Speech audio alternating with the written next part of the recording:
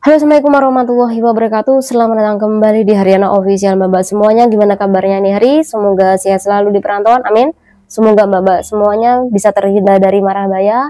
Semoga dipermudah segala urusannya sama nih mbak, amin ya robbal alamin. Tak doakan moga-moga sama iso sukses selalu di perantauan, berhasil tanpa kekurangan apapun, tanpa kehilangan apapun. Intinya semoga sampai iso sukses di perantauan, pulang dalam keadaan selamat, amin.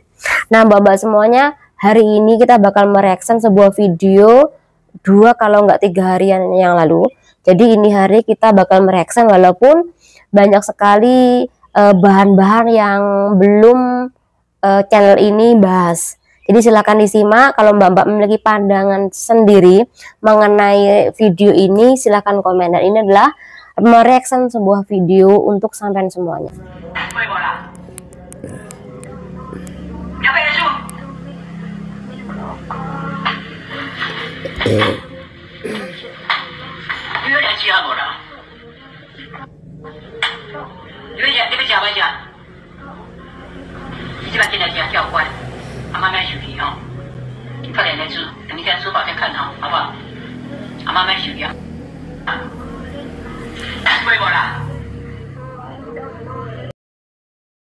Kan udah nonton video ini ya, jadi sedikit aja kalau antara Cece Taiwan ini sama Bobo ini kurang baik, kurang harmonis hubungannya mbak ya.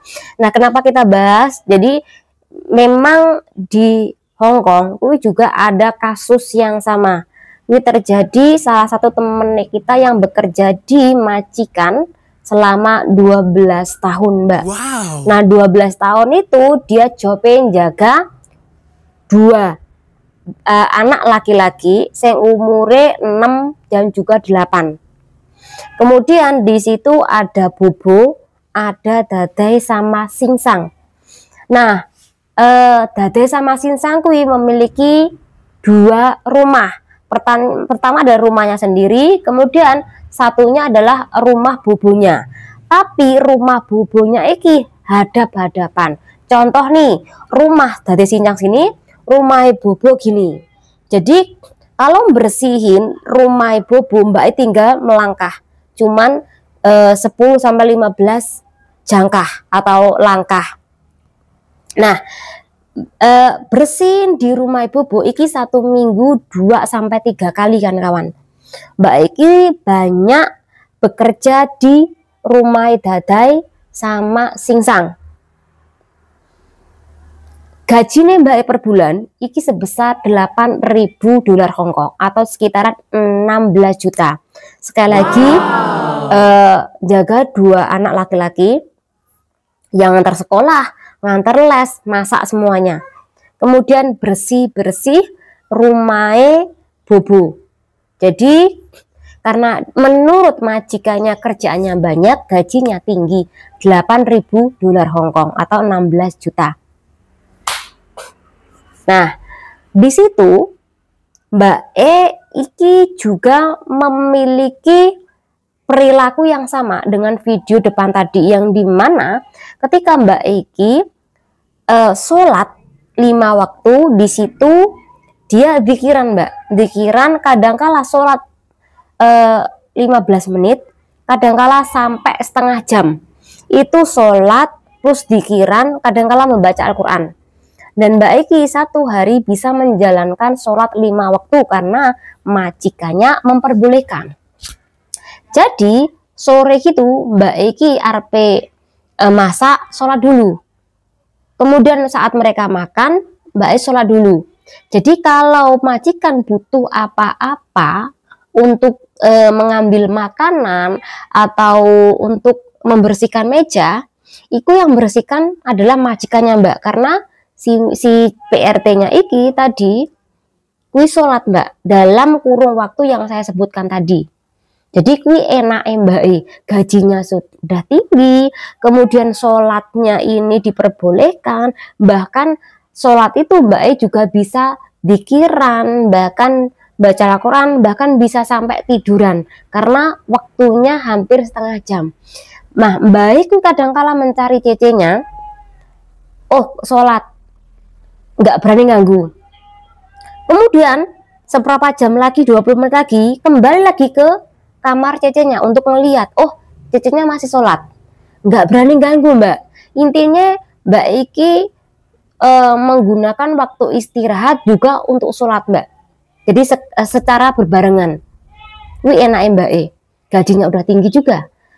Tapi keburukan Mbak E adalah dia memiliki hutang lebih dari 2 bank. Kadangkala juga hutang rentenir. Nah, hutang 2 bank dan hutang rentenir, tapi kalau dia butuh duit untuk kirim ke suami dia atau ke kampung halaman, dia menyusahkan majikannya.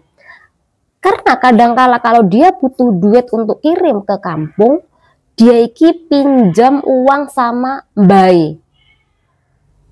Jadi Mbak Iki sering sekali dipinjemin uang ketika suaminya dia butuh uang.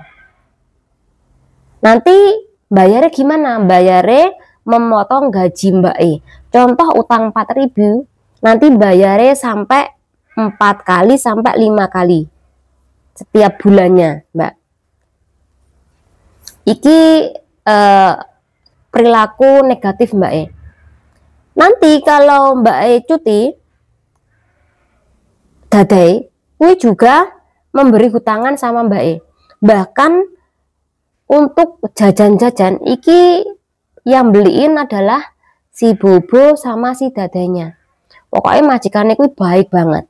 Karena majikannya kui berpikir bahwa oh ceceku juga baik sama aku loh. Sangat menjaga sekali, sangat tanggung jawab sekali ngurus 2 anakku.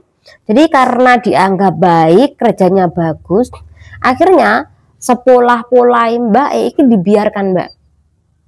Sampai suatu hari Mbak Iki pinjem sama Dade seperti sedia kala. Masih punya hutang sama Bobo. Masih punya hutang bank. Tapi dia pengen cuti ke kampung halaman. Jadi cuti membawa hutang Dadai, hutang Bobo, dan juga hutang bank.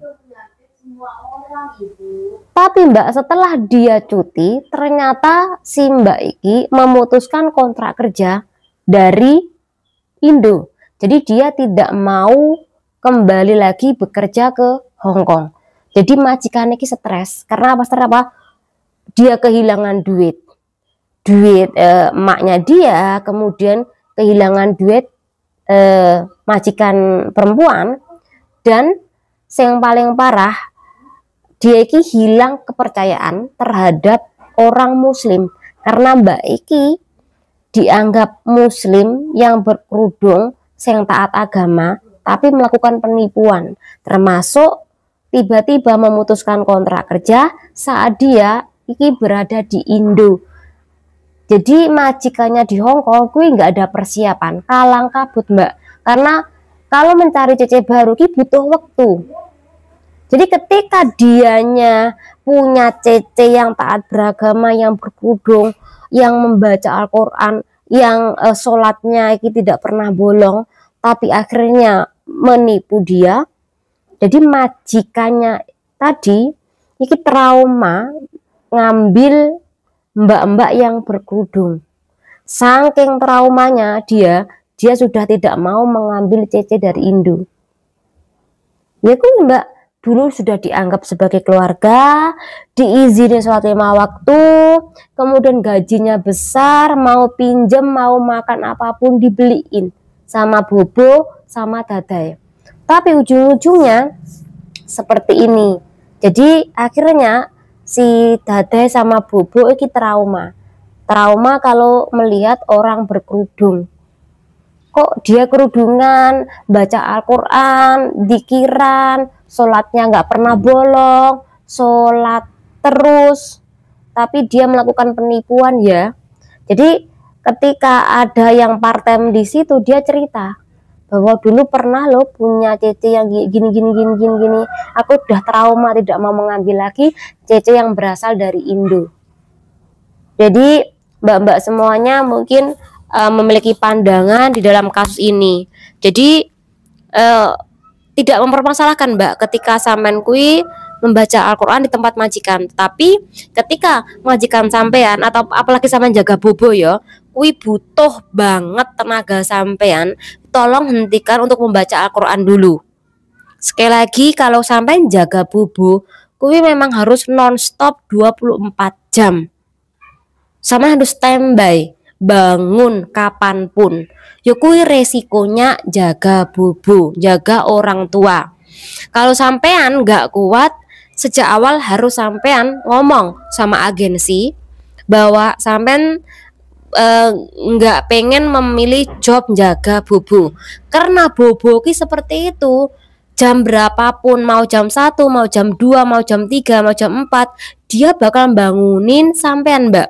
Dia butuh apapun itu, termasuk ketika sampean kui mau beribadah, mau ngaji, tapi sampean kui tetap meneruskan ngaji, nggak peduli bobo itu memanggil Anda, bobo menyuruh Anda makan, atau mungkin bobo butuh bantuan Anda, sampean nggak peduli. Nah, ketika sampean ngerasa terganggu, akhirnya sampean ke memvideo kondisi sampean di mana disuruh ketika membaca Al-Quran. Sampean pengennya kan mencari perhatian nih biar didukung oleh mbak-mbak yang lainnya, tapi mbak-mbak yang lain tuh menyalahkan sampean karena apa? Sekali lagi, jaga bobo seperti itu Mbak. Jaga bobo ki setiap saat, setiap waktu setiap waktu ini sampean harus standby. Tenaga sampean mau dipanggil jam berapapun ya seperti itu Mbak, kalau jaga bobo. Kemudian tolong untuk mbak-mbak semuanya nih, khusus ya bagi PRT yang kerja di Hong Kong, tolong nih, lek sampean sholat iki seperlunya mau dikiran kan bisa nih sambil kerja sambil dikiran. Kalau mau sampean baca Al-Quran, ya mau tidur gitu Mbak, baca Al-Quran. Kecuali kalau majikan sampean nggak berada di rumah, nggak masalah. Tapi kalau di rumah butuh bantuan sampean, ya sampean nggak usah baca dulu. Kecuali kalau mau tidur. Karena aku dulu juga seperti itu Mbak, mau tidur baru baca. Tapi kalau hari-hari biasa, jam-jam biasa, aku tidak membaca Al-Quran. Kecuali kalau mereka kui liburan atau loihang ke luar Hong Kong, ke Jepang atau mungkin ke Taiwan, aku baru ada waktu untuk membaca Al-Quran. Jadi intinya tahu diri. Ya kalau memang sampean kui pengen nih setiap sholat, selepas sholat membaca Al-Quran atau dzikiran, ya nggak usah kerja ke luar negeri, karena seperti itu Mbak kondisinya. Kalau kerja ke luar negeri, sampean bakal keteteran masalah sholat. Ya, mungkin itu aja pembahasannya, semoga bermanfaat. Sekali lagi mohon maaf mungkin kalau masalah agama kita bahas kui agak sensitif, tapi memang seperti itu Mbak kenyataan kalau kita kerja di negara yang non muslim. Tapi kalaupun di negara muslim, ya tahu diri juga lah, nggak hanya di Malaysia, nggak ada Singapura, di Arab pun itu juga harus tahu diri Mbak. Walaupun negara muslim harus ada batasan untuk beribadah ya. Semoga bermanfaat. Wassalamualaikum warahmatullahi wabarakatuh.